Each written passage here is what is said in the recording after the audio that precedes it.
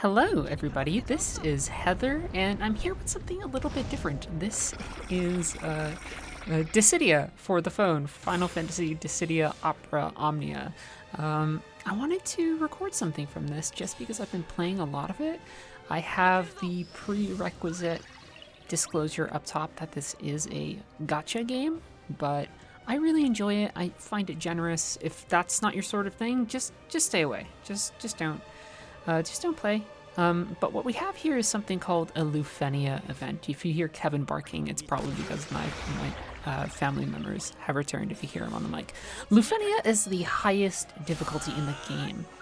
And it's largely because of those big purple orbs that you see on top of the enemies. If those hit 0, and every turn they get knocked down by 1 count, then they slowly lead you to oblivion. I have a cool team here, and I'm gonna explain this team to you. I'm making this video as if you don't know what it's about. I'm doing this off the cuff of my of everything, so I'm not really great at explaining this. I have a team with Onion Knight from Final Fantasy III, Balthier from Final Fantasy XII, and Ceodore from Final Fantasy IV: The After Years. Now, those Lufenia orbs that I'm talking about, you might have noticed that they were at a lower count and then they went to a higher count. And that's because Lufenia orbs each have a certain criteria that can make them increase. In this case, it's any time that a debuff is on your character, but then gets cleansed by another character. And Ceodore, in that particular example, healed the party, and his ability that he has from a special weapon that I got for him also meant that it got rid of every debuff on the party, so that reset the orb. So let's talk about what's going on here, bit by bit by bit. Ceodore is an interesting character. He's about being at high health all the time and keeping his team at high health. This is what's called an EX attack. This is a plus version of that because his team is at full health.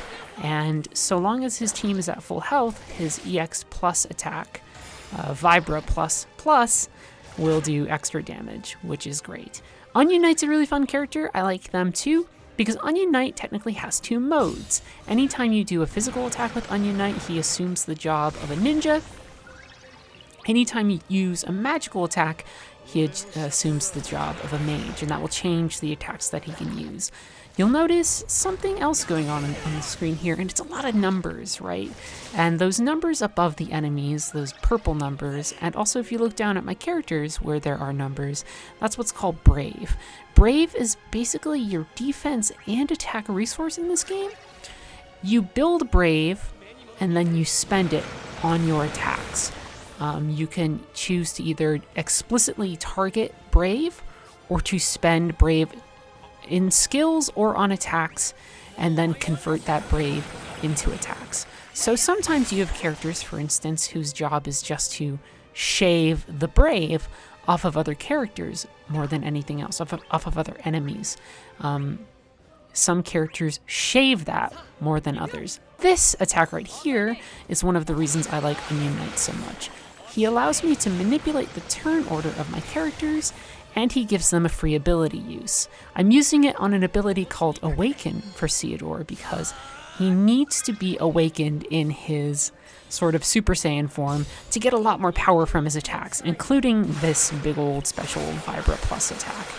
The downside of Awakening is that if it ever reaches 0, his health goes down to, I believe it's around 20%. His health just goes boom all the way down, which makes him really, really vulnerable, which can be a pain. If you pay attention close here, you're going to see that I'm also using the free ability that Onion Knight's skill gave me to enchant my party with Blizzard, so that they're all going to be doing weakness damage to the enemy. Gives them a little bit more of a boost in damage. Why is Balthier here, you might be asking? Balthier is an interesting character. When he released in this game, he was very controversial for certain reasons. I don't need to get into the nitty-gritty of it, but Balthier is here because of that little flying ship symbol you see above his head. That's a buff called Sky Plying Straw, which by now it's at level 5, but every turn it grows a level. At level 1, it gives him plus 50 attack. At level 2, it gives him, it makes his brave, the maximum amount of brave that he can hold, increase by 50%. At level 3, it increases his brave damage by 20. At level 4, his HP damage by 20% on both of those. And then at level 5, the entire party gets it, which is super cool. That means my party is really buff and strong and can do a lot of damage. And Ceodore also gives people buffs during his high health periods as well. So I have a team that really buffs itself, can give abilities back to each other, and does really well. That message that popped up there was actually spam. I never get spam, and so of course I am getting spam when I am trying to show off a game I like to everyone. And don't worry, this isn't going to become a Dissidia channel. I'm not really going to just show off all my Lufenias, but I wanted to show this off. So here's another thing. This is two things at once. This is a friend character, so if you have friends in this game, you can use their characters for a brief period of time. This is Ramza from Final Fantasy Tactics. He just used something called a burst, which is a special ability which you get like you would in any gacha game from having certain weapons. And in this case, it's just going to help my brave increase. It's going to do a lot of damage. I bring Ramza here because he comes with a lot of buffs that also synergize with everything else that I'm going on. Again, I don't want to break down all the details, but I swear it's important. You're able to call in a lot of other special characters to help out every now and then. One of the reasons I use Ramza is just because I can have more buffs on my party, and I can also make sure that they're regenerating their brave even faster, because one of the new things that happened as Lufenia's got further along is that the enemies have just a generic debuff that decreases the amount of brave that you can generate on any given turn, which means that your damage per turn is sort of lower unless you prepare for that. Here I'm deciding what to do, and I'm not entirely sure because those brave counts are really high.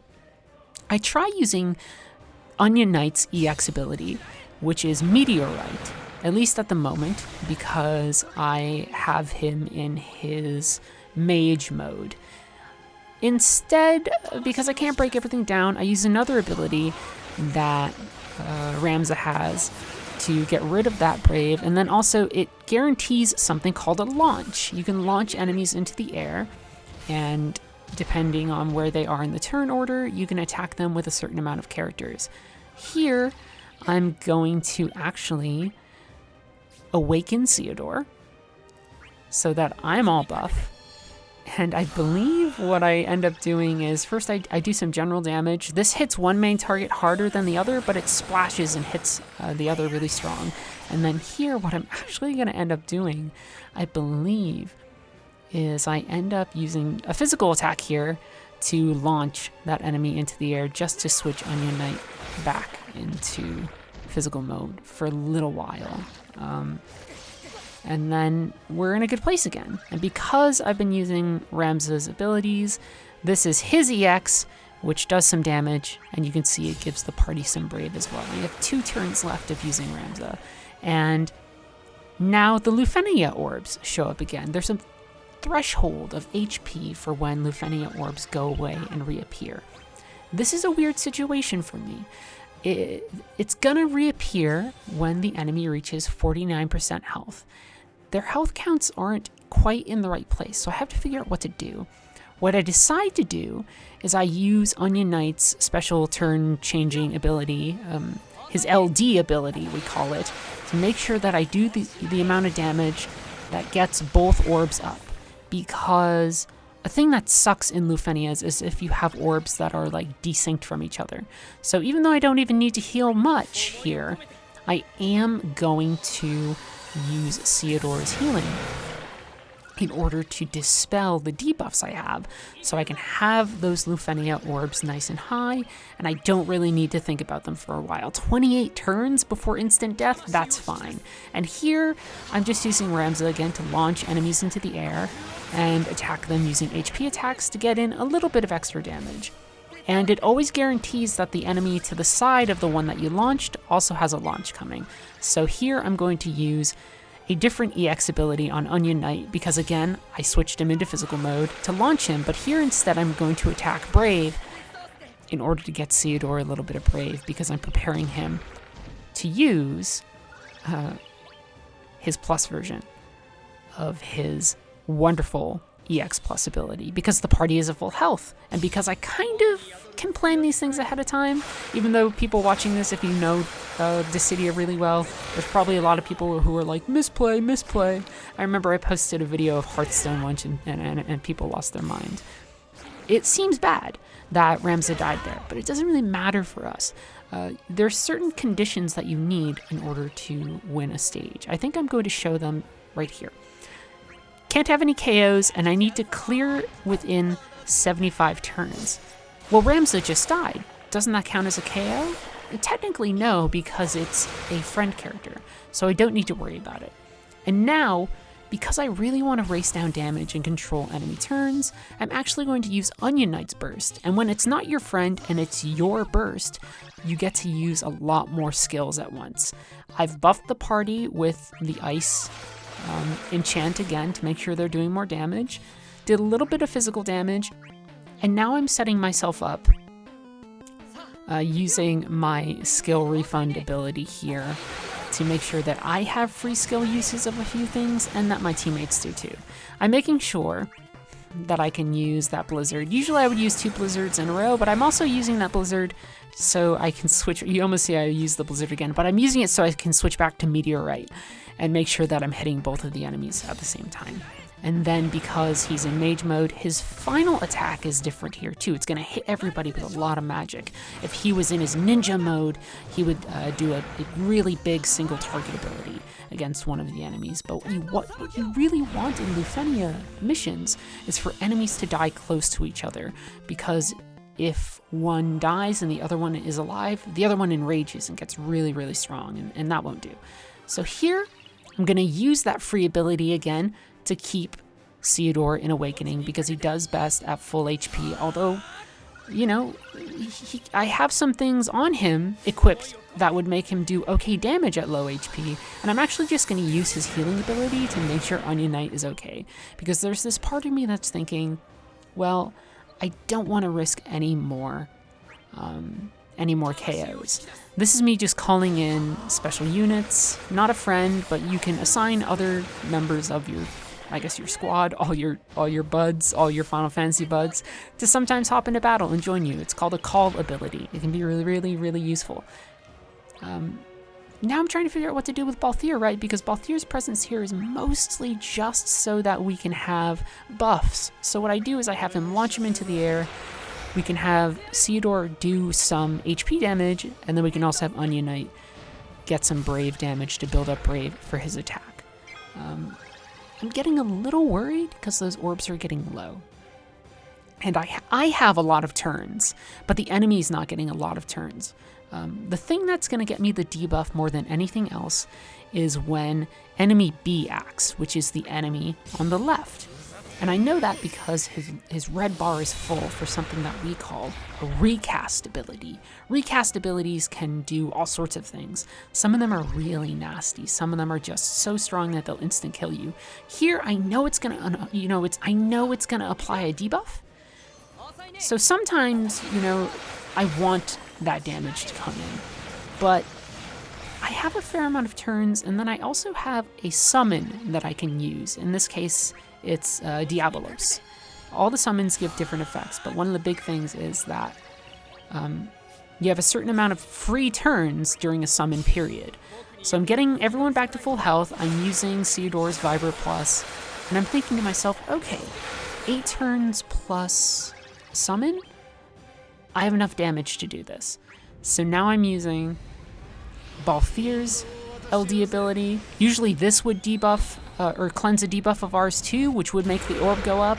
Instead, I'm just using it for pure damage because these things are below 10%, and I could try and let that orb go to I could try and let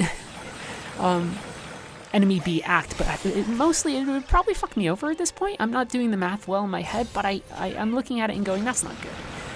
So instead what I'm going to do is go for a surefire thing as I can, which is to summon, which as you can see gives me all these free turns.